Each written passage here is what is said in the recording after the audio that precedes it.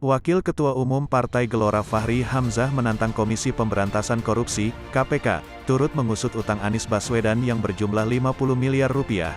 Tantangan Fachri Hamzah ini, sontak ditanggapi publik dengan ketus. Pengamat kebijakan publik, Gigin Praginanto, menilai ex-wakil Ketua DPR RI ini sakit keras.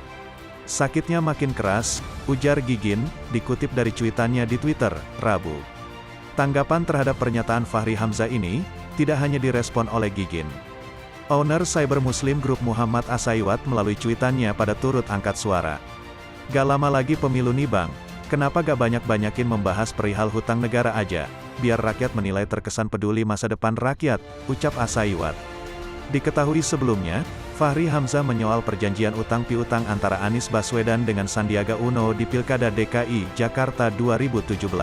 Ex-kader PKS ini bilang, kesepakatan tersebut semacam perjanjian yang berpotensi menimbulkan pemufakatan jahat. Wakil Ketua Umum Partai Gelora, Fachri Hamzah berpendapat seharusnya perjanjian utang piutang antara Anies Baswedan dengan Sandiaga Uno di Pilkada DKI Jakarta 2017 tak harusnya terjadi. Menurutnya, perjanjian semacam itu bisa menimbulkan pemufakatan jahat. Ya memang perjanjian semacam itu tidak boleh ada. Dan kita harus komit supaya perjanjian hutang piutang antara politisi di belakang layar itu harus ditiadakan. Karena itu bisa disebut sebagai permufakatan jahat, kata Fachri ditemui di kawasan Jakarta Selatan, Senin. Dia berujar, jika ada perjanjian di balik proses pemilu yang mana pihak dipinjamkan uang menang dan dianggap lunas, maka itu ada niat untuk menggunakan kekuasaan. Karena kan niatnya mau menggunakan kekuasaan untuk tujuan yang tidak ada dalam peraturan dan tujuan penyelenggaraan kekuasaan itu sendiri. Maka itu tidak boleh ada, ujarnya. Tak sampai di situ, Fachri menyarankan Komisi Pemberantasan Korupsi, KPK, untuk turun tangan jika ada perjanjian utang piutang seperti itu. Itu harusnya warning ya, KPK harusnya mengincar itu kalau ada orang bikin perjanjian dengan pengusaha, orang kaya, duit dan sebagainya ditangkap itu harusnya. Tidak boleh ada itu, tuturnya. Ia mencontohkan soal unsur korupsi dari utang piutang tersebut. Kalau Anda misalnya pinjam uang dengan mengatakan, nanti kalau kita menang nggak usah dilunasi, oke. Uangnya hilang nggak? Kan nggak hilang uangnya. Uang 50 miliar rupiah itu kan tetap uang, kan harus tetap dikompensasi. Dari apa? Dari kekuasaan, tuturnya.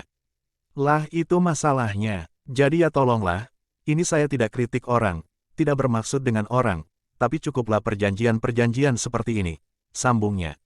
Anies Baswedan, akhirnya angkat bicara menanggapi soal dirinya diisukan belum membayar utang sebesar 50 miliar rupiah kepada Sandiaga Uno pada Pilkada DKI Jakarta 2017 silam.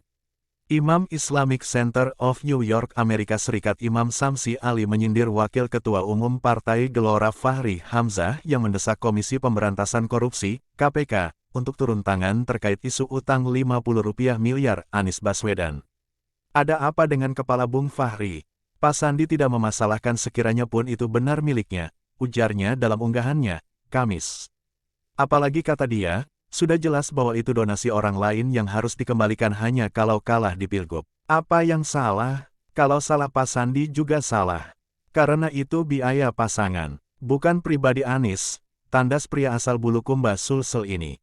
Sebelumnya, Fachri menyebut, sudah sepantasnya KPK turun tangan melihat isu utang ini terus menuai polemik. KPK harusnya mengincar itu.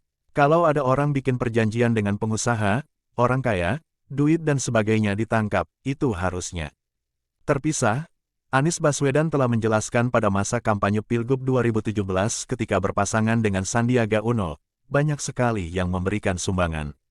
Dia mengatakan, ada pihak ketiga yang memberikan dukungan 50 rupiah miliar. Bukan Sandiaga Uno, pihak ketiga yang memberi ini meminta dicatat sebagai hutang.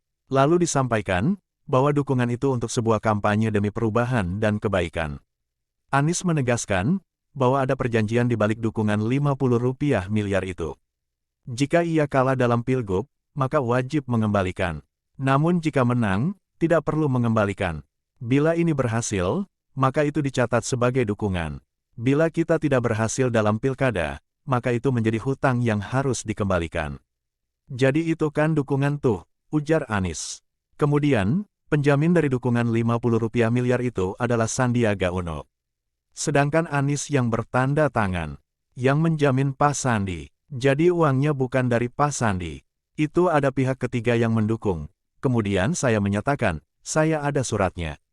Surat pernyataan hutang. Saya yang tanda tangan. Dan di dalam surat itu disampaikan apabila pilkada kalah, maka saya berjanji saya dan Pak Sandiaga Uno berjanji mengembalikan yang tanda tangan saya. Apabila kami menang pilkada, maka ini dinyatakan sebagai bukan hutang dan tidak perlu, jadi selesailah. Jadi itulah yang terjadi. Makanya begitu pilkada selesai, menang selesai, jelasnya. Mantan Mendikbud ini menggarisbawahi catatan perjanjian tersebut yang justru harus mengembalikan jika kalah. Andai saja ia kalah, maka ia akan membuka usaha demi membayar utang tersebut. Kenapa kalau kalah malah bayar? Biasanya orang berpikir kalau menang bayar. Kalau kalah, maka saya akan berada di luar pemerintahan. Maka di situ saya cari uang untuk mengembalikan. Saya mungkin mulai bisnis, mungkin saya usaha apapun, supaya mengembalikan.